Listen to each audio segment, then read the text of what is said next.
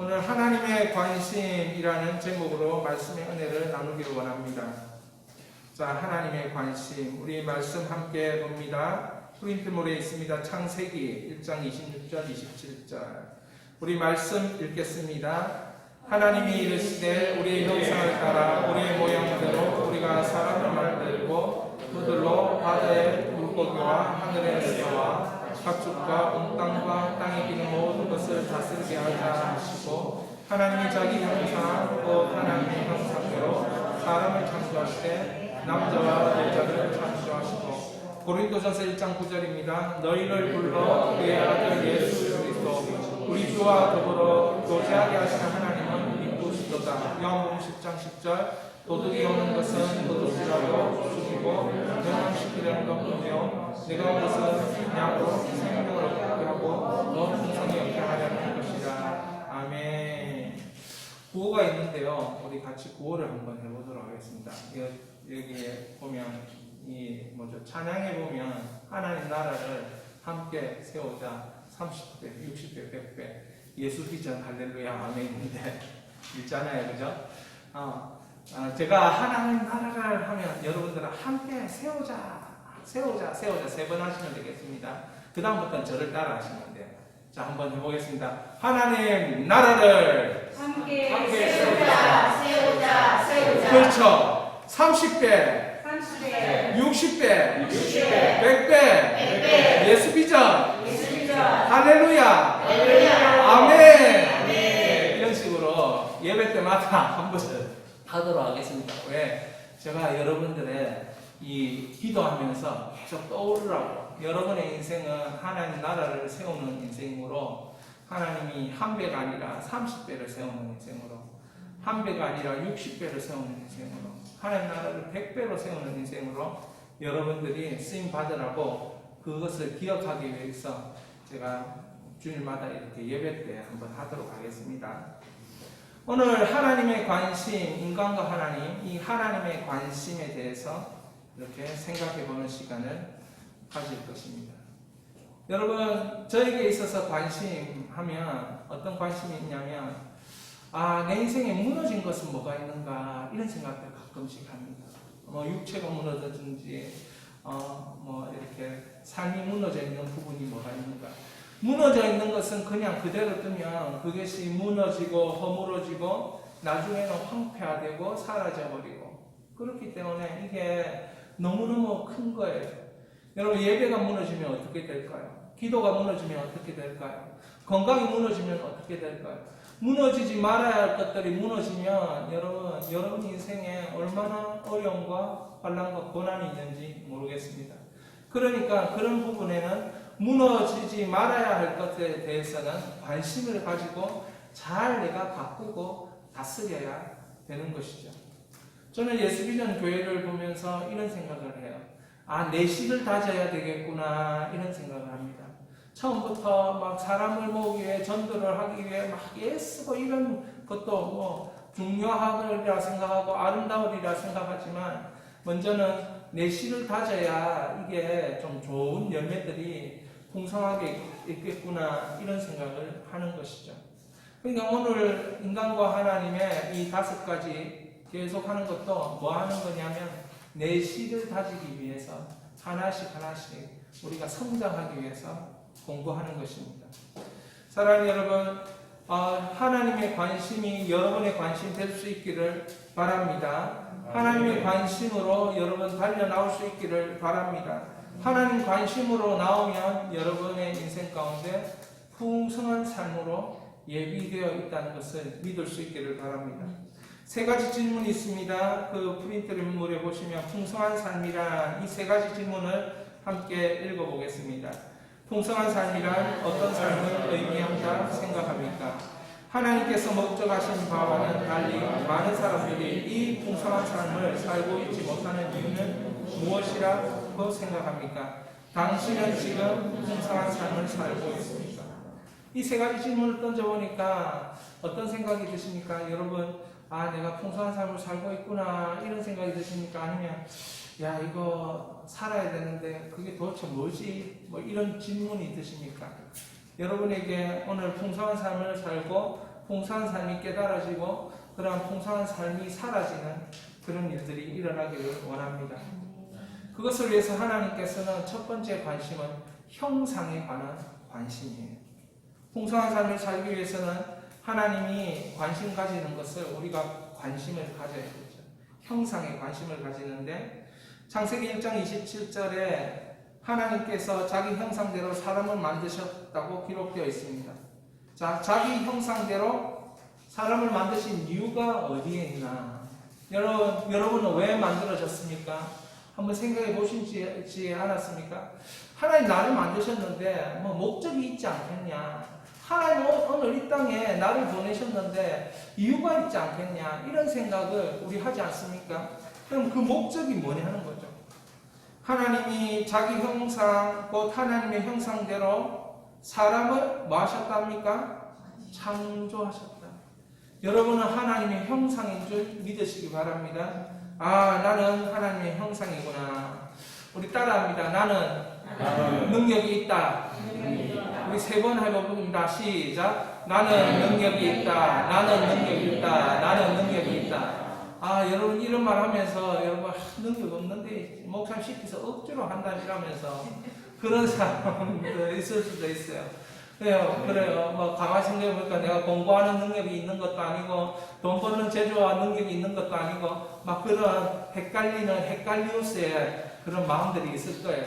그렇지만 여러분 믿으시기 바랍니다. 나는 능력이 있다. 공부할 능력도 있고 돈 벌 능력이 또 있고 하나님께 영광 올려드릴 능력도 있고 인생을 아주 멋있게 살 능력도 나에게는 있다고 믿을 수 있기를 바랍니다. 왜 그런가? 하나님이 하나님 형상대로 우리를 창조하셨기 때문에 그렇습니다. 형상이라는 이 단어는 히브리어로 첼렘이라는 건데 그 뜻이 그늘지다, 그림자라는 것이죠. 하나님 형상대로 나를 지었다는 것은 내가 뭐라고요? 하나님의 그림자가 된다는 것입니다. 할렐루야. 여러분은 시시한 존재가 아니고 하나님의 그림자.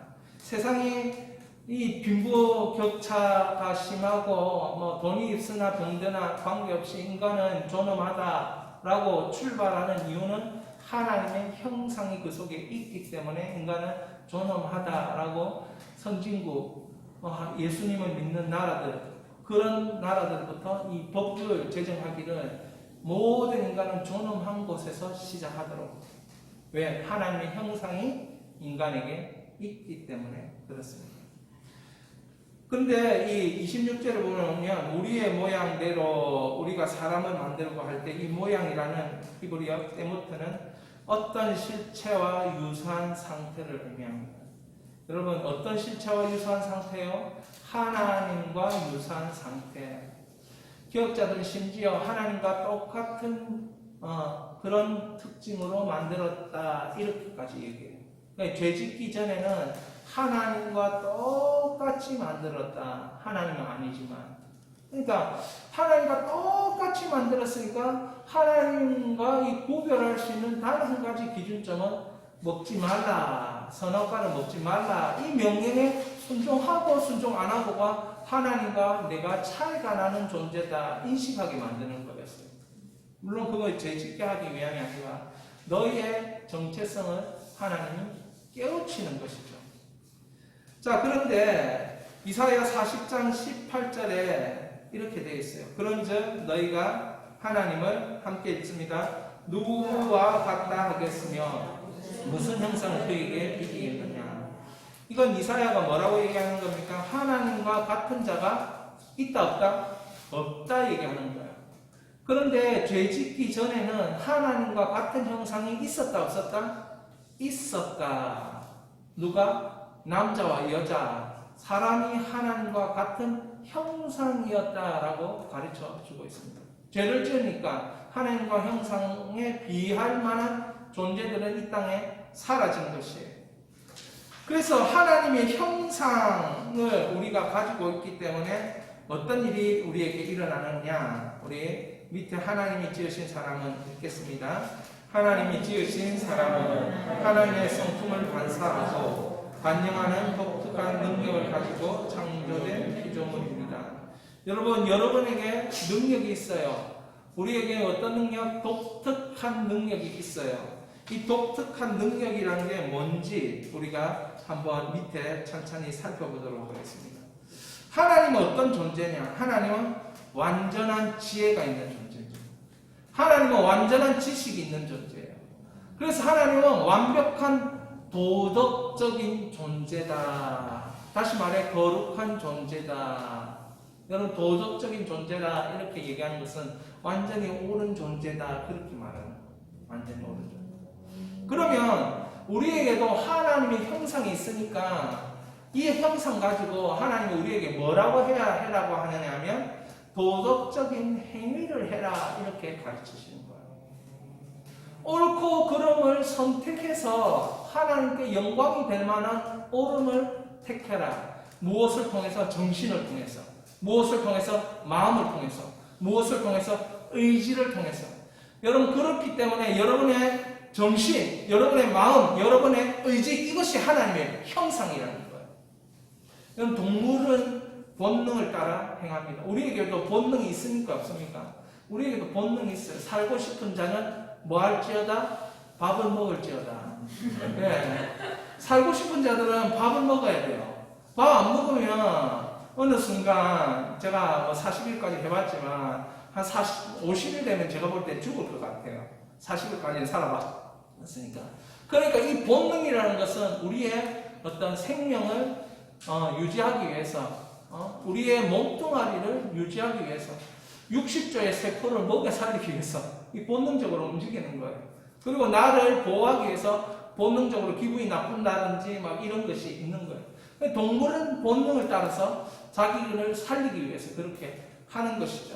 그런데 우리에게는 뭐가 있습니까? 정신과 마음과 의지가 있는데 이것은 하나님께 영광 올려드릴 만한 것을 선택하는 지혜가 있도록 하는 것. 이게 하나님의 형상이에요. 그래서 우리는 정신이 있어요. 정신줄이 나가면 이 병드는 거예요. 이 마음에 병도 있죠. 우울증이 있고. 그러니까 의지도 병들게 되어 있어요. 그러니까 하나님의 형상은 정신과 마음과 의지에 하나님의 것을 선택할 수 있을 때 하나님의 것을 선택할 수 있도록 길을 열어놓은 거예요. 어디를 통해서? 정신과 마음과 의지를 통해서. 그래서 이걸 가지고 뭐 할 수 있느냐 하면 도덕적인 행위를 하는 거예요. 동물이 본능을 따라서 도덕적인 행위를 한다 이렇게 말하지 않아요.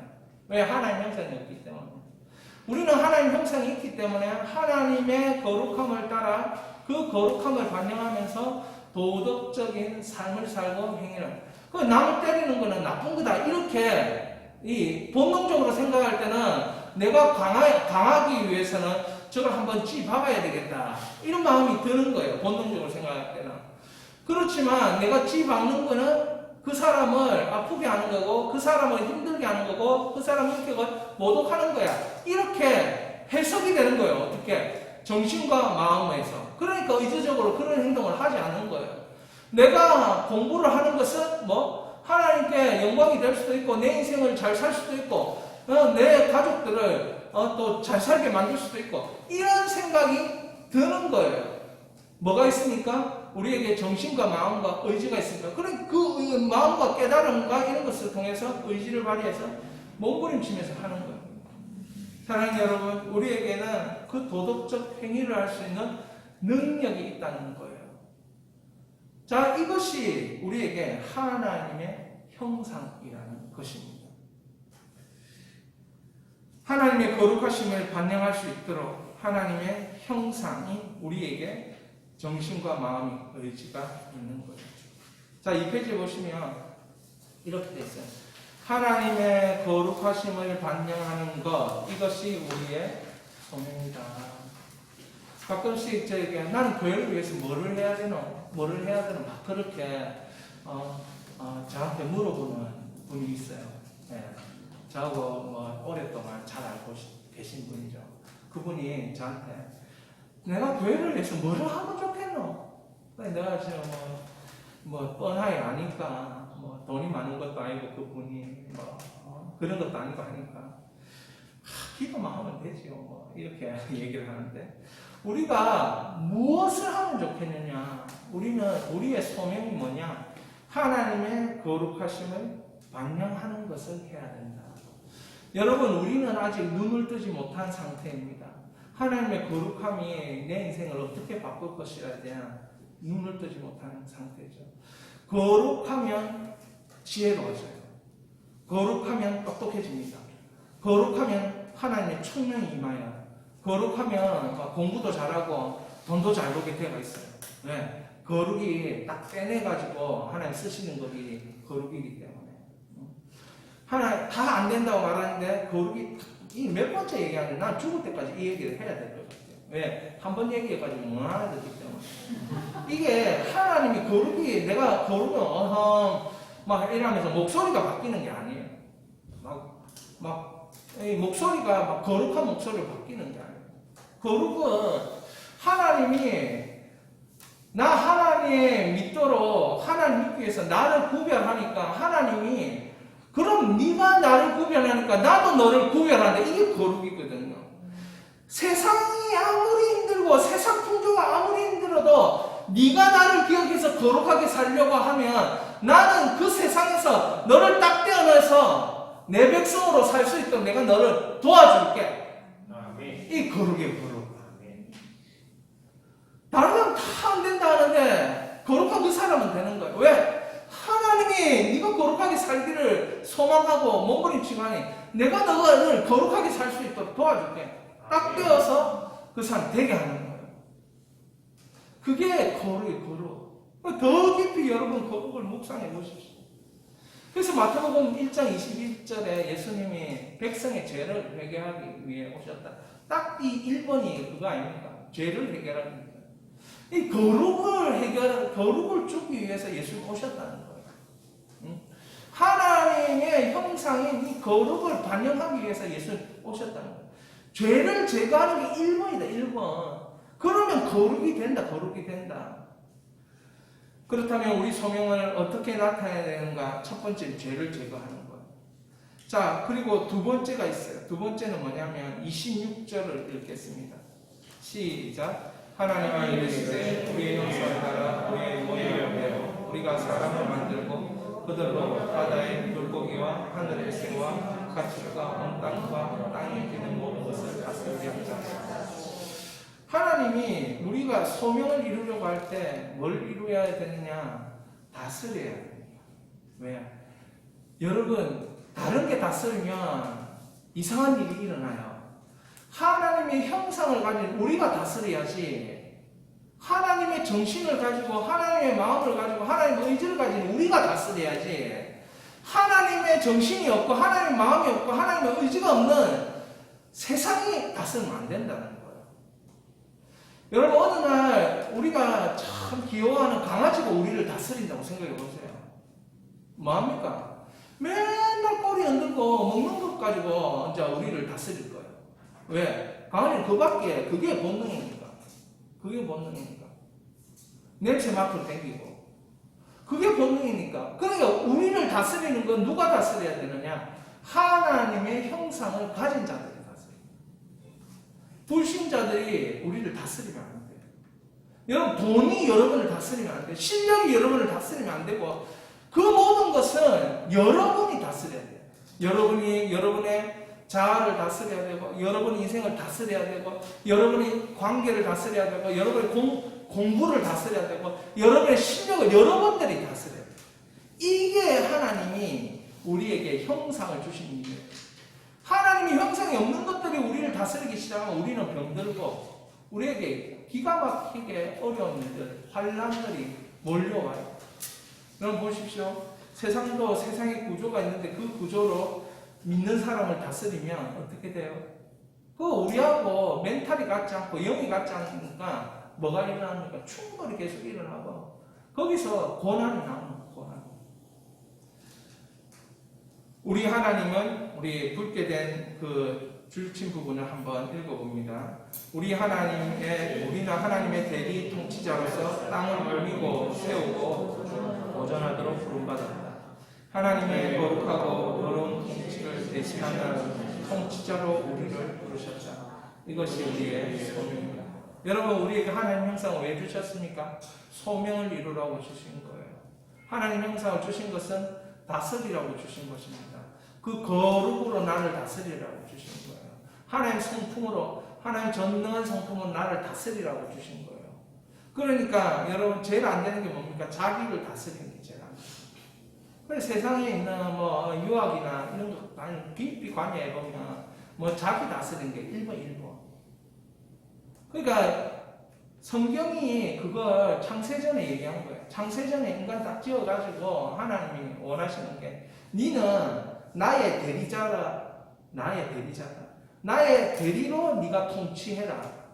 네가 사업을 하면 그 사업을 네가 통치할 것이고, 네가 공부를 하면 그 공부를 네가 통치하라. 실력을 통치하라. 인간관계를 통치하라.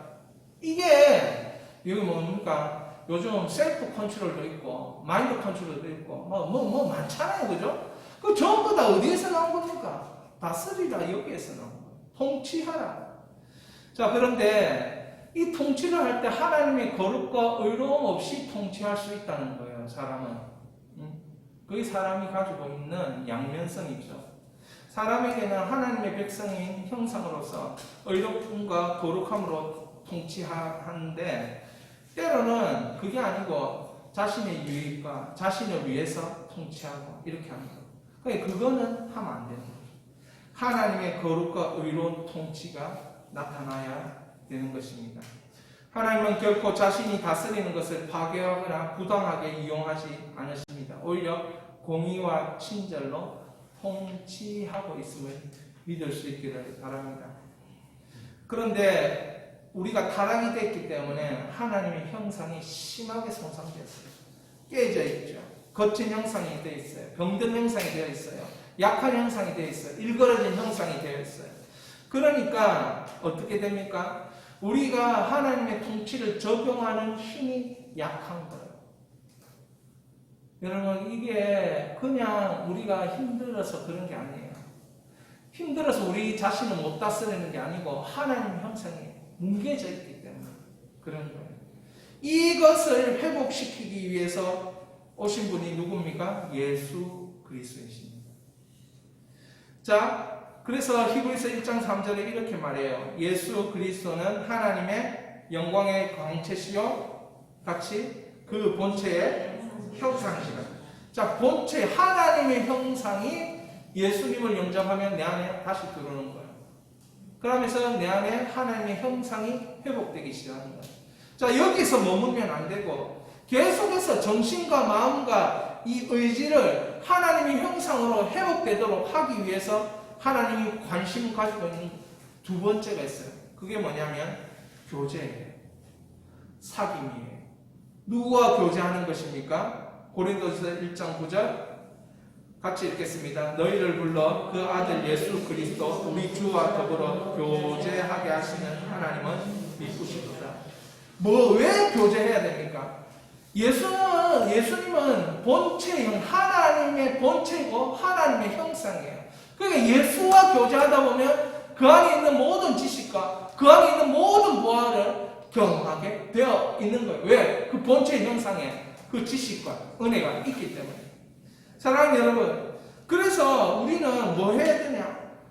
이 예수님과 계속 교제하는 일들을 쉬지 않고 해야 돼요. 교제와 사귐, 코이노니아를 끊임없이 해야 되는데, 자, 교제와 사귐을 통해서 우리가 얻는 게 무엇입니까? 어떤 것을 나누다. 그러니까 예수님이 계속 예수님의 좋은 것을 우리에게 나누어 주고 계신 거예요. 교제할 때, 사귈 때. 하나님의 좋은 것을 나누고 있는 거예요. 교제와 사귐은 예수 그리스도의 생명을 우리가 연합하는 것. 이게 교제예요. 사귐입니다. 예수 그리스도의 사귐은 뭐냐? 같이 있습니다. 함께 살고 시작. 함께 살고 고난받고 죽으며 유산을 받고 다스리는 것을 의미한다. 이걸 또 다시 줄이면 두 가지인데, 그리스도의 고난에 참여하고 은혜에 참여하는 것이 사귐이다. 자, 그리스도의 겸손과 사귐이며 동시에 그리스도의 부활과 승천과 다스림과의 사귐이다. 첫 번째 사귐은 뭐냐면 겸손하게 하는 사귐이에요. 두 번째 사귐은 뭐냐? 능력이 있도록 하는 사귐이에요. 그러니까 보세요. 제자들을 불러서 저번주에 제가 얘기했죠. 제자들과 함께하는 권능, 약한 것을 고치고 귀신을 쫓아내고 병든 것을 고치는 권능을 주시기 위함이다. 근데 그 권능이 안 나타나잖아요. 제자들에게. 처음에는 뭐해? 교제하게 하는 교제. 예수님과 끊임없는 교제, 끊임없는 만남. 3년 동안 따라다니는 게 그 교제하는 거예요. 사귀는 거예요. 예수님이 누구신가? 알아가는 그 사귀. 그게 있으니까 나중에 뭐가 있습니까? 제자들에게. 권능이 있는 거예요. 권능이. 여러분, 하나님은 우리에게 형상을 주셨어요. 그 형상을 통해서 하나님처럼 살아라. 하나님처럼 다스려라. 너를 다스리고 이웃을 다스리고 이웃을 다스리는 것을 우리는 섬김이라고 얘기해요. 섬김이라고. 교회를 다스리는 걸 우리는 섬김이라고 얘기해요. 그런 섬김을 하고 정말 너의 인생 가운데 다스리는 권세의 인생이 되라. 그렇게 하려면은 뭐가 있어야 됩니까? 부활, 승천, 다스림의 권세가 필요한 거예요. 예수님처럼. 여러분, 이건 사업을 할 때도 예수님과 교제하는 것이 됩니까? 안 됩니까? 사업을 할 때도 돼요. 병들었을 때 됩니까? 안 됩니까? 병들면 겸손하게 예수를 찾아와요. 병들면 사귐이 돼요. 병이 그 사람에게 치유함으로 나을 때는 예수님의 부활의 능력이 경험되어지고 그게 또 교제하는 거예요. 사귐이 일어나는 거예요.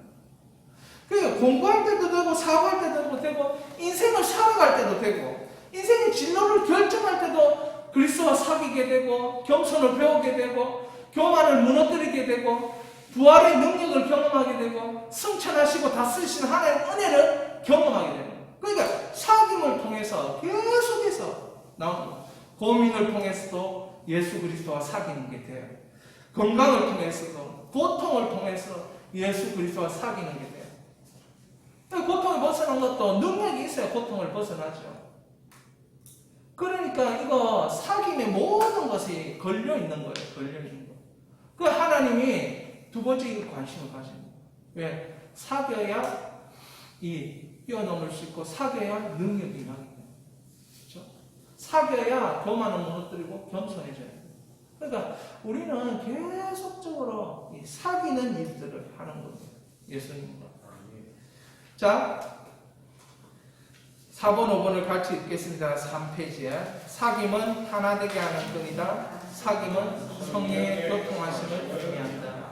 여러분, 아무리 얘기해도 못 알아듣는 이유가 있어요. 이 영적인 얘기는 영으로 알아야 합니다. 지금은 귀에 들리는 것 같아도 살다 보면 생각이 안 나요. 그러니까 살다 보면 생각이 안 나니까 적용이 안 되는 거예요. 적용이. 이걸 누가 하느냐 하면 성령께서 하시는 거예요. 왜 바울이 찾아가서 너희가 예수 그리스도를 아는데 예수 그리스도를 아는데 성령을 아느냐고 물어보잖아요. 왜 굳이 그걸 물어볼까? 예수 그리스도 알면 여러분 구원 받습니까? 아멘. 예수 그리스도를 아볼로가 알았어요. 아볼로가 믿었어요. 아볼로가 성경을 잘 가르쳐줬어요. 예수 그리스도에 대해서. 그런데 브리스게르와 아볼로 부부가 가서 아볼로에게 설명해줬어요. 성령이 있다고. 그리고 그 성령 받지 못한 사람들을 바울이 안수하면서 성령이 그에게 임하는 사건이 일어났어요. 여러분, 성령 없는데 예수 믿어집니까? 근데 왜 거기에 성령이 있는데 예수를 믿은 사람에게 왜 또 안수해가지고 성령이 임하는 그 얘기를 왜 합니까? 성경이. 그러면 그 성령 없고 여기 성령이 있는데 또 안수해가지고 성령 있게 하는 이유가 뭐냐는 거죠. 여러분, 삶은 깨달아지는 이 은혜는 성령을 통하여서 깨달아져야 이게 적용이 일어나요. 그렇지 않기 때문에 사람들은 교회에서는 들려. 근데 돌아가면 안 돼. 이게 이제 시행착오의 끊임없는 반복이죠. 그래서 사귐은 성령의 교통하심으로 사귐입니다. 그래서 사도신경에도 성령의 교통하심이 나오는 것입니다. 사랑하는 여러분, 이 사귐이 뭐냐? 요한 사도는 이렇게 얘기했어요. 우리 요한일서 1장 3절에 보면 우리가 보고 들은 바 너에게 전하면 너희로 우리와 사귐이 있게 하려 함이니 우리의 사귐은 아버지와 그 아들 예수 그리스도 더불어 뭐라고요? 사귐은 어디까지 나가야 된다? 누림까지 나가야 돼요. 여러분 누려야 돼요. 복음을 그냥 아는 사람하고 복음을 누리는 사람은 하늘과 땅 차이에요. 복음을 아는 사람은 그냥 이렇게 교회가 왔다 가는 종교 생활을 하게 할 수밖에 없어요. 그러나 성령으로 말미암아 이 복음을 누리는 사람은 기쁨 충만의 역사가 나옵니다. 여러분 그래서 기쁨이 몰려온다 이렇게 자꾸 표현을 하는 거예요. 그건 내가 기뻐하고자 하면서 기뻐한 게 아니라 복음이 누려지니까. 복음이 누굽니까? 예수 그리스도가 복음이잖아요. 예수 그리스도를 만나고 예수 그리스도를 체험하고 예수 그리스도의 대화가 되니까 그 사람이 복음이 누려지는 거예요. 그러니까 기쁨이 막 몰려오는 거예요. 뭐 이유가 있습니까? 기쁨이 몰려오는데 뭐 기분 좋은 걸 어쩌라고. 그죠? 어디 뭐 양가진 것도 아니고 기분 좋은 걸. 그래가지고 기분이 안 좋아가지고 저 말은 못하겠죠. 그 연예인 누가 그 맞았잖아요. 성형외과 가가지고 그런 거 맞고 막 그렇게 하잖아요. 기분이 안 좋아. 그냥 복음을 안 복음을 누리면 기쁨이 몰려와가지고 그런 게 필요 없는데 여러분 복음을 누리십시오. 그래서 교제하라. 하나님의 관심 두 번째. 하나님 형상이 회복이 안 되는데 이게 복음이 누려지나? 그게 예수 믿는 게 1거이고 이 교제를 통해서 복음이 누려져서 기쁨 충만한 일이 일어나는 거예요. 5절을 보십시오. 너희에게 전하는 소식은 이것이니 곧 하나님은 빛이라 그에게는 어둠이 조금도 없으시다.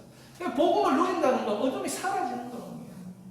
수많은 분석하고 수많은 비판을 가하고 막 이러다 보면 막 자기한테 세상 어둠이 들어오자는 거예요. 세상을 막 완전히 그걸 해내야만 뭔가 이루어진 것 같아. 이렇게 착하기 때문에.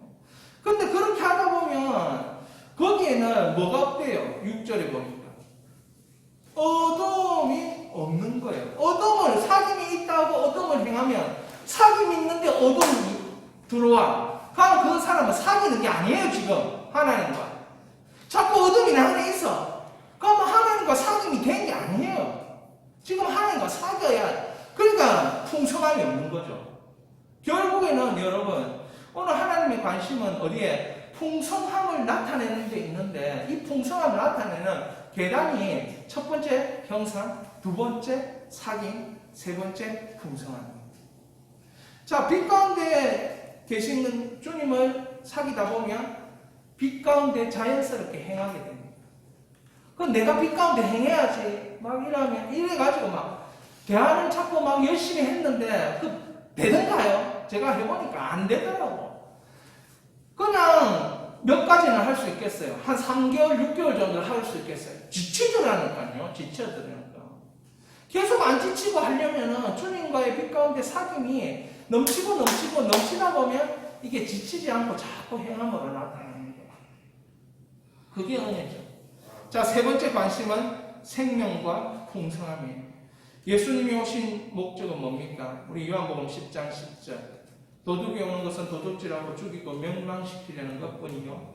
내가 온 것은 양으로 생명을 얻게 하고 더 풍성히 얻게 하려 하십니다. 자, 생명은 무엇과 연결됩니까? 풍성이와 연결. 여러분 많은 사람 질문하고 저도 질문 여러분께 드렸죠. 생명 얻었습니까? 아멘. 풍성하십니까? 잘 모르겠어요. 그 풍성함이 뭔지를 지금 개념도 없고 세상의 것과 뒤죽박죽이 된 거예요. 여러분 세상의 풍성함은 뭐냐면 형통이에요. 많은 돈이에요. 재물이에요. 육체적 안락이에요. 두툼한 지갑이에요. 인류 직장이에요. 최고의 집, 비싼 자동차. 이런 것들을 세상의 풍성함이라고 얘기해요. 그러니까 이 세상 풍성함하고 예수님이 말씀하신 그 풍성함하고 짬뽕이 돼가 있네요. 우리가. 짬뽕이 돼가 있으니까 어떻습니까? 헷갈리는 거예요. 헷갈리는 거예요. 그리고 뭐 난 풍성함 받았는지 풍성한 길로 가고 있는 건지 이게 구분이 안 되는 거예요. 사랑하는 여러분, 예수님은 특별한 생명을 우리에게 주셨어요. 선한 목자 되시는 예수님은 양들을 위해서 목숨을 버림으로 특별한 선물을 주셨어요. 여러분, 선한 목자는 예수님밖에 없다. 성경은 그렇게 얘기하고 있어요. 여러분, 교회 지도자들을 선한 목자 이라 부르면 교회 지도자들도 사람이기 때문에 교만하고 넘어질 수 가능성이 있어요. 교회 지도자들에게 뭐 수식어를 붙이면 안 돼요. 교회 지도자들도 사람이에요. 타락한 형상이 있어요. 그렇기 때문에 선한 목자는 성경은 뭐라고 얘기하냐면 예수님 한 분밖에 없다. 이단들도 이단의 교주를 선한 목자로 얘기해요. 그 구분이 안 되죠. 그래서 제가 딱 선한 목자 딱 한 사람이다. 한 분이다. 예수 그리스도. 그 선한 목자를 이단이나 어떤 목사에 갖다 보시면 그 교회는 그 성도는 잘못된 거예요. 그렇게 하면 안 돼요. 그러니까 완전히 혼란스럽잖아요. 저도 선한 목자가 있고 저도 선한 목자가 있고 하니까 전부 다 선한 목자가 다 따라다니냐. 선한 목자. 선한 목자는 예수님밖에 없어요. 여러분 믿을 수 있기를 바랍니다. 사람을 선한 목자로 만들지 않기를 주님의 이름으로 축원합니다. 왜 예수님은 선한 목자냐? 목숨을 버려가지고 생명을 얻게 하겠다. 목숨을 버려가지고. 그런데 여기에서 이제 풍성함을 어떻게 정리를 하느냐에 따라 여러분들이 풍성한 삶이냐 아니냐 구분이 가능한데, 여러분 그 11절 밑에 제가 이 갈로리에서 양인 우리가 거기 부분을 한번 같이 읽겠습니다. 양인 우리가 유일한 길 되시는 선한 목자이신 예수님을 만나 생명을 얻고 선한 목자이신 예수님과 함께 살아가면 갈수록 풍성한 삶을 살게 된다. 여러분 살아가면 갈수록이라는 이 단어는, 이 말은 시간이 더해져야 풍성함이 따라온다. 이 얘기 제가. 자, 여러분 처음 만났어요. 예수를 처음 만났어요. 예수님 처음 만났어요. 예수님께서 나의 죄를 용서해 주셨어요. 거듭난 은혜 체험했어요. 한 6개월, 7개월, 1년 동안 진짜 풍성했어요. 저도 20대 때. 다 되는 것 같다. 다 할 수 있는 것 같다. 웬걸요? 시험 점수 딱 받아보니까, 시험 치고 딱 받아보니까 등수가 딱 나오자마자 이 풍성함이 깨지더라고요. 뭡니까? 현실의 내 풍성함이 좌우받고 내 기분이 좌우받고 났다는 증거죠, 그죠? 자, 그런데 이게 이제 시간이 더해지고 사건이 더해지고 삶이 더해지고 깨달음이 더해지고 기도가 더해지고 해석이 더해지고 행동이 더해지고 만남이 더해지면 여기에서 하나님은 풍성함을 주셔요. 아멘. 자, 한번 따라합니다. 나는 풍성함을 살아내는 현장에서 부르심 받았다. 여러분 인생은 풍성함의 현장이라는 거예요. 아멘. 거기서 제가 말했죠. 사업도, 공부도, 인생도, 진로도, 고민도, 건강도, 아픔도 모두 다 예수님을 살릴 수 있도록 만들어 놨다는 거예요. 아멘. 그러면 거기서 나오는 게 뭐예요? 결과가 복음의 누림. 예수님을 누리면서 풍성함을 얻게 된다는 거예요. 아멘. 그러니까 거룩한 사람들을 하나님이 딱 빼가지고 다른 사람 잘 안 되는데 니만 잘 되게 해줄게 내가 이렇게 되는 거예요. 왜? 그건 하나님의 살아계심을, 하나님의 이기심이 많아가지고 니만 따라해가지고 니만 잘 되게 해줄게 이게 아니고 다른 모든 사람에게 하나님은 뭐하는? 가르쳐주는 방법이에요. 말해가지고 모르니까 하나님이 가르쳐주는 방법, 그런 방법을 사용하신다. 거룩한 사람 딱 빼내가지고 자꾸 되게 해주시는 거예요. 그러니 옆에 있는 사람이 니는 도대체 뭐고? 이런 질문을 할 거 아닙니까? 그러면 나는 하나님 믿는데 이래 얘기가 스토리가 이래 되도록, 만약에 여러분이 하나님이라면 스토리를 이렇게 안 만들겠어요? 그죠? 내가 하나님이라도 스토리를 그래 만들어야 하나님 영광이 안 되겠습니까? 그죠? 그러니까 하나님 일부러 자꾸 그렇게 하는 거예요. 여러분 되는 사람 있고 안 되는 사람 있고 이런 거를 시기 질투할 것이 아니고 하나님이 뭔가 있는 것 같다. 눈치를 채셔요. 눈치를. 그렇구나. 내가 짓지 못하고 있는 게 바로 이 거룩이구나. 이걸 깨달아요. 이 하나님의 이 거룩. 사랑하는 하나님 여러분, 살면 살아갈수록 더 깊이 깨닫는 거예요.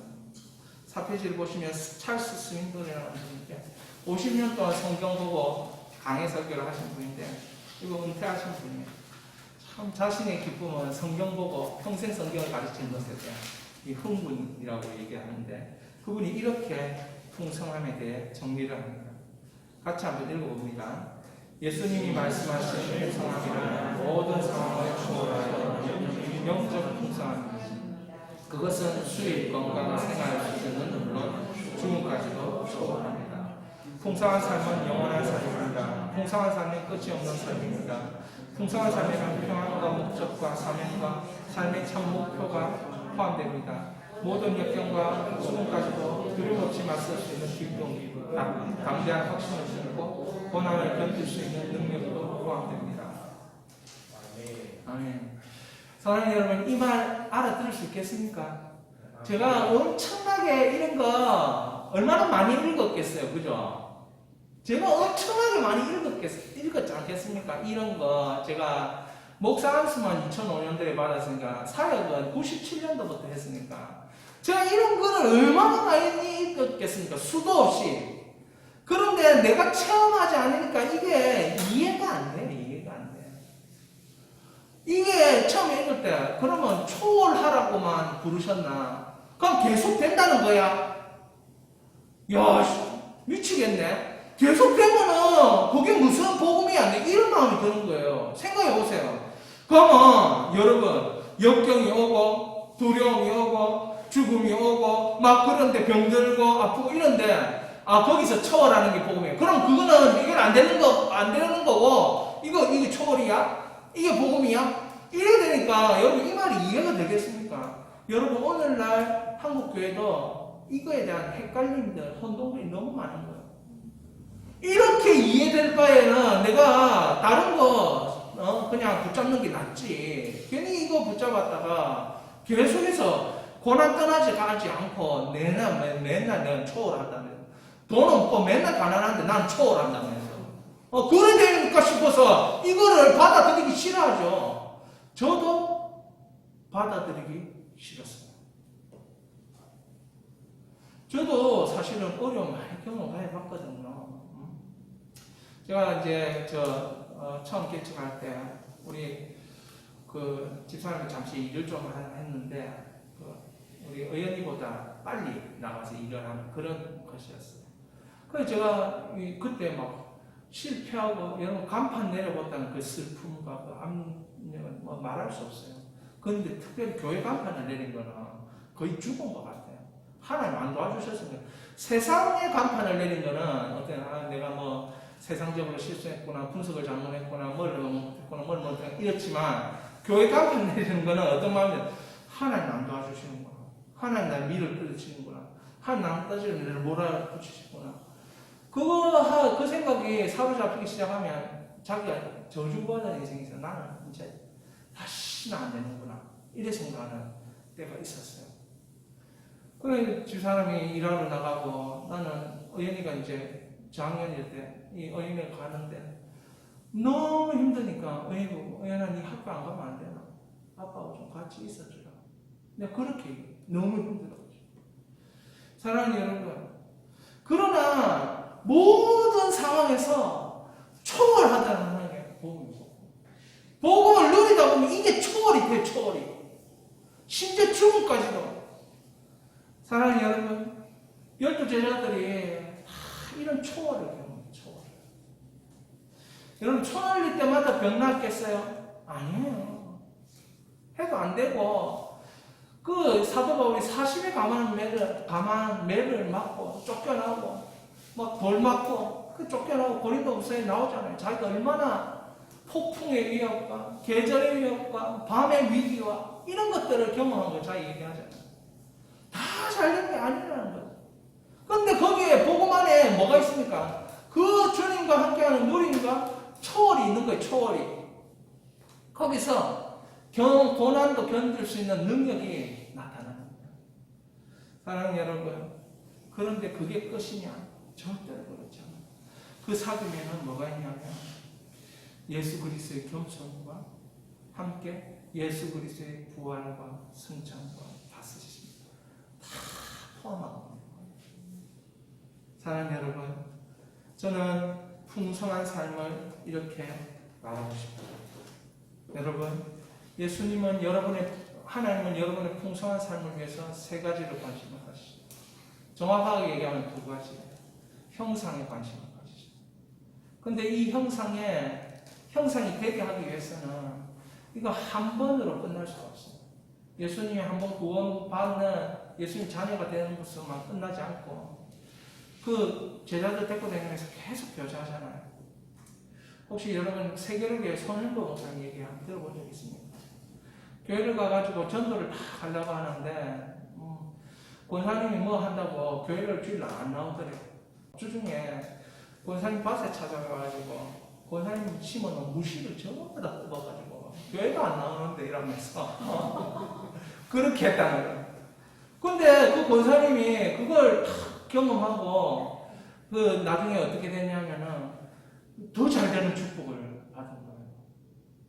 아, 이 목사님이 이렇게 하시는 이유가 있구나. 내가 하나님 더 잘 믿어야지. 이러면서 예배를 회복하고 전도를 회복하고 할 때 여러분 괴롭혀주는 사람이 있어야 돼요. 달달달달 뽑아야 돼. 난 너무 착해가지고 달달달 뽑는 거를 내가 잘 못해요. 진짜. 그래서 난 좀 그런 거 배웠으면 좋겠어. 막 밭에 찾아가서 막 배추 뽑아버리고 그러면서 이 되겠나 이러면서 하나님 백성 이러면 되나 하면서 잘해라 막 달달달 뽑고 여러분 그래서 줌이 개발됐다는 소문이 들리더라고요. 안 나오는 사람들 달달달 뽑을 수 있는 방법은 얼굴 보면서 줌으로 뭐합니까? 1대1로 만나서 구절 성경 시간 없다 소리 하지 마라. 제가 김인수 집사님도 오후 3시에 하기로 했어요. 15분이라도 나하고 하자. 그래 뭐 시간 있잖아. 그래서 저는 이렇구나. 하나님의 형상을 회복시키고 그 사람의 풍성함을 위해서 내가 뭐 해야 되냐? 성도를 달달달 뽑아야 된다. 젠틀하다 다 젠틀하고 영국 신사고 다 잘한다고 믿어서는 안 된다. 믿을 수 없다. 여러분도 나를 잘 안 믿기 때문에 나도 여러분들 잘 믿을 수 없다. 서로 다 달달 뽑기로 하자. 뭐 하기 위해서? 복음의 풍성함이 나타난다. 아멘. 여러분도 여러분의 한 사람을 양육하면서 인간과 하나님을 가르치면서 달달달 뽑으시기 바랍니다. 왜? 그 사람 풍성함 나타나야 예수 믿을 거 아니에요. 그죠? 그 말씀이 무너지고 기도가 무너지고 정말 예배가 무너졌는데 그 사람에게 풍성함이 나타날 이유가 없잖아요. 그죠? 그러니까 그거 말씀 안 무너지도록 기도 안 무너지도록 삶이 안 무너지도록 달달달 뽑는 겁니다. 할렐루야. 여러분의 인격을 내려놓으시기를 바랍니다. 인격적인 삶을 내려놓으시고 나는 사람을 풍성케 하기 위하여 하나님 백성 풍성케 하기 위하여 그들을 뽑기 위해서 태어났다. 마음을 바꾸시기 바랍니다. 그러다 보면은 여러분의 인생을 통해서 하나님 나라가 30배, 60배, 100배로 확장되어지는 예술 비전이 이루어질 줄 믿습니다. 아멘. 우리 이 시간에 기도합니다. 기도하기 전에 하나님의 음성을 우리 찬양을 해야 됩니다. 제가 오전에 이거 부르면서 얼마나 은혜가 있었는지. 여러분 풍성한 삶을 살 수 있습니다. 풍성한 삶을 살아라고 우리 주님이 부르셨습니다. 첫 번째 하나님 형상을 회복하시기 바랍니다. 두 번째 끊임없이 예수 그리스도와 사귀시기 바랍니다. 그 풍성한 생명이 나타날 것입니다. 우리 하나님의 음성을 찬양합니다.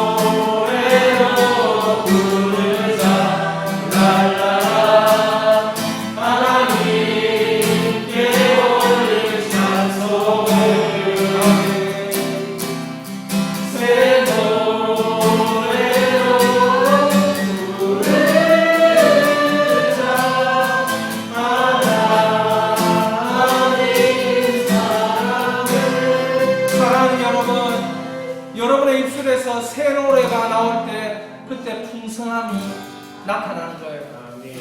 여러분 오늘 이 시간 뭘 기도하느냐? 주여 나에게 새 노래를 허락하여 주시옵소서.